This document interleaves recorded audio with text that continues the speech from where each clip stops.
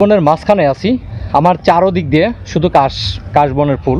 এই কবি নির্মলানন্দ গুণের একটি কবিতা রয়েছে, সেই কবিতাটায় শেষ লাইনটি বলছি, দেখি আমার এটা হচ্ছে ব্রিজের ঢাল, এই যে ব্রিজের ঢালটা।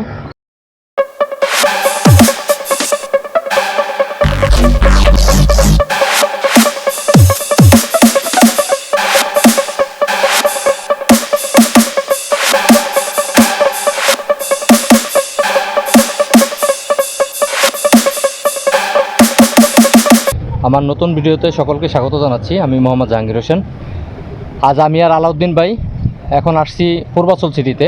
পূর্বাচল সিটি একেবারে আমরা উত্তর পাশে চলে এসেছি, আপনার 26 নং সেক্টরে। এখানে আমরা এর আগের পর্বে দেখাইছিলাম এখানকার মানুষ কিভাবে এখানে বসবাস করে, আর আজকের পর্বে আমি দেখাবো এখানে একটা সুন্দর একটা কাশবন আছে। ভিডিওটা দেখতে থাকুন, অবশ্যই ভালো লাগবে। বরকাও না ও নিজের এলাকায় এখন চিনা যায় না কাজপুরা। আমার পাড়া বর্ষা প্লট আছে 2800।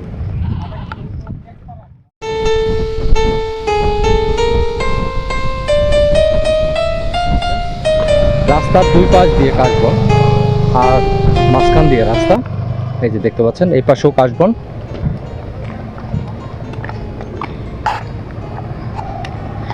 দেখতে এক কথায় অসাধারণ। আপনি যদি এখানে না আসেন তাহলে এখানকার ফিলটা আপনি পাবেন না। এই মাঝখানে রাস্তা, এই পাশেও কাশবন, এই পাশেও হচ্ছে কাশবন।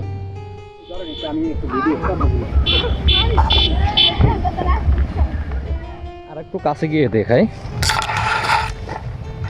দেখেন কত সুন্দর দেখা যাচ্ছে কাশবনটা, কি অসাধারণ দেখতে।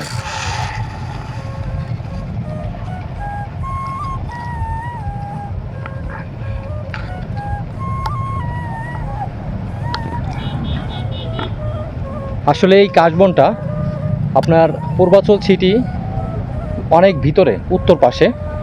এই কাশবনটা আসতে হলে আপনাকে অনেক দূর হেঁটে আসতে হবে, আর নয়তো আপনাকে যে কোনো একটা অটো যুগে এখানে আসতে হবে।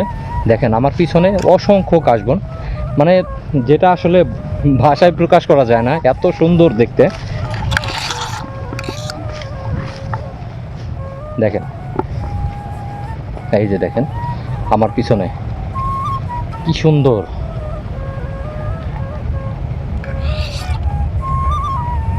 আলাউদ্দিন ভাই আসেন।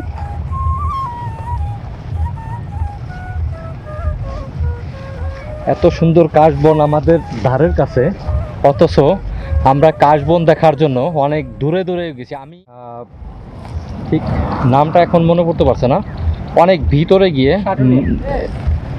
এটা হচ্ছে কোন থানা যেন? সাটুরিয়া থানায়, অনেক ভিতরে আমরা ইয়াগোবাড়ি, রফিক ভাই গোবাড়ি থেকেও অনেক দূরে। এই যে দেখতে পাচ্ছেন, এই যে আলাউদ্দিন ভাই আমার পিছনে, দেখছেন অসাধারণ কাশবন। আলাউদ্দিন ভাই কেমন লাগছে আপনার কাশবন? আসলে শরতের এই সময়টা বাংলাদেশের যেই এই আপনার নদীমাতৃক অঞ্চলগুলো রয়েছে, যেখানে বালির পরিমাণ বেশি, এই যেখানে বেশিরভাগ বালি আপনার তৈরি হয়, সেখানে আপনার এই কাশ ফুটে। আর এই কাশফুলগুলো বিশেষ করে আপনার শরৎকালেই ফুটে থাকে।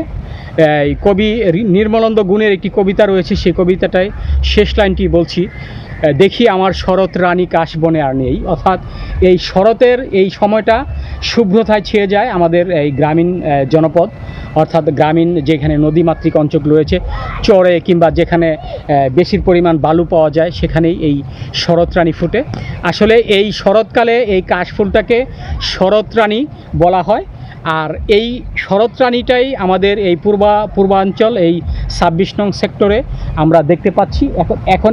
এখনও এই পূর্ণাঙ্গভাবে এই কাশফুল ফুটেনি।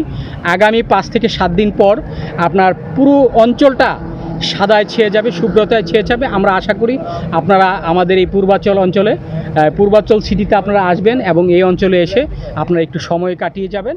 ধন্যবাদ সবাই।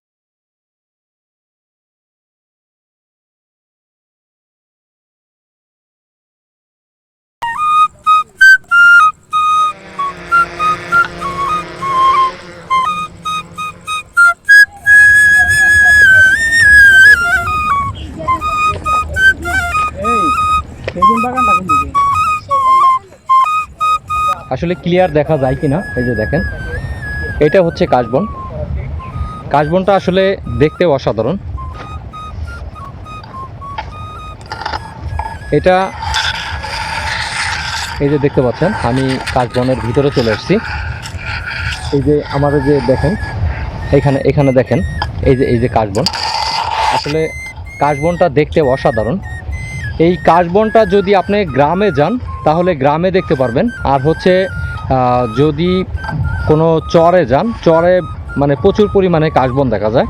এছাড়া এই পূর্বাচল সিটিতে যে আসলে কাশবন আছে, এইটা আমার আসলে অজানা ছিল। এটা আমি জানতাম না যে আসলে পূর্বাচল সিটি।